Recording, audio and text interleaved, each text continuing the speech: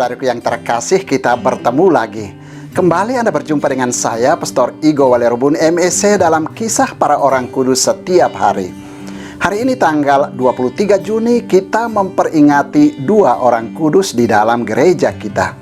Orang kudus pertama yang kita peringati pada tanggal 23 Juni yakni Santo Yosef Cavasso, pengaku iman. Yosef Cavasso lahir di Castelnuovo d'Asti di Piemonte pada tanggal 15 Januari tahun 1811. Pendidikan sekolah menengahnya berlangsung di Chieri.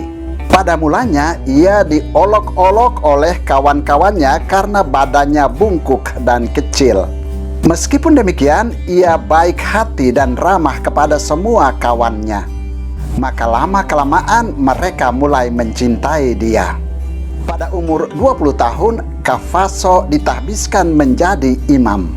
Untuk melanjutkan studinya, ia tinggal di kediaman pastor-pastor di Torino. Di sini ia diangkat menjadi pemimpin rumah dan menjadi pastor kepala.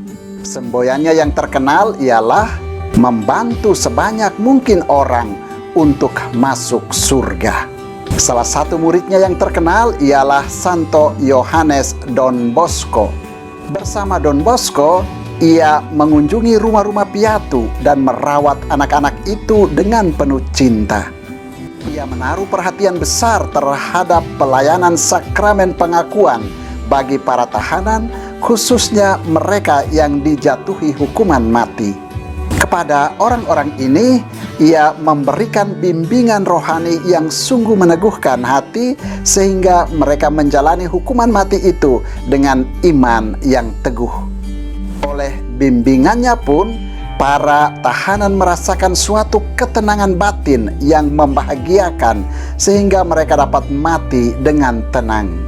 Tentang sifat Cavasso, Don Bosco memberikan kesaksian bahwa sebagai pemimpin para imam dan penasehat kawan-kawannya, Cavasso memadukan dalam dirinya sifat-sifat unggul Santo Aloysius Gonzaga, Vincentius Apaulo, Carolus Borromeus, dan Alphonsus Liguori. Setelah lama berkarya sebagai abdi Allah dan sesama, ia meninggal dunia pada tanggal 23 Juni tahun 1860. Orang kudus kedua yang juga kita peringati pada tanggal 23 Juni yakni Santa Etheldreda, pengaku iman. Santa Etheldreda yang disebut juga Santa Audrey lahir di Exning, Suffolk, Inggris kira-kira pada tahun 630. Ia adalah putri Raja Anna dari Anglia Timur dan saudara dari Santa Sexburga, Santa Ethelburga, dan Santa Witburga.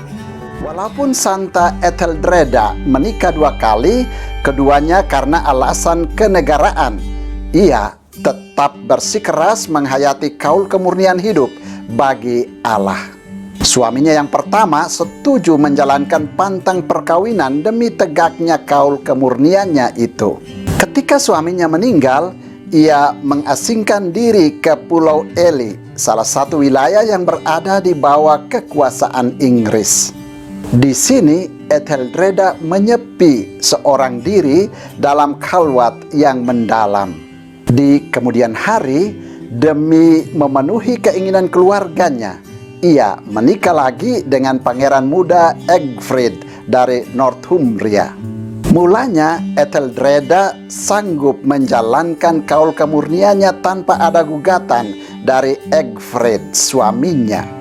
Namun ketika Egfrid menjadi raja Northumbria, ia menuntut Etheldreda agar memenuhi kewajibannya sebagai istri. Ia menuntut penghayatan hidup perkawinan yang sungguh-sungguh sebagaimana layaknya suami dan istri. Dengan tegas, Etheldreda menolak tuntutan Egfrid itu karena ia tidak sudi mengkhianati kaulnya. Ia meminta bantuan kepada Santo Wilfrid, uskup York, untuk mendukung pendiriannya dan memperkuat keputusannya. Dengan dukungan Winfried, Etheldreda kembali ke Ely untuk bertapa dan berdoa. Di sana ia mendirikan sebuah biara pada tahun 673. Sebagai abbas, ia memimpin biaranya dengan aturan hidup yang keras. Etheldreda meninggal dunia pada tanggal 23 Juni tahun 679 di Pulau Ely. Jenazahnya dikuburkan di Ely. Konon terjadi banyak sekali mujizat di kuburnya. Saudara, demikianlah kedua orang kudus yang kita peringati pada tanggal 23 Juni, yakni Santo Yosef Cafaso, pengaku iman, dan Santa Etheldreda, pengaku iman. Santo Yosef Cafaso dan Santa Etheldreda, doakanlah kami. Tuhan memberkati.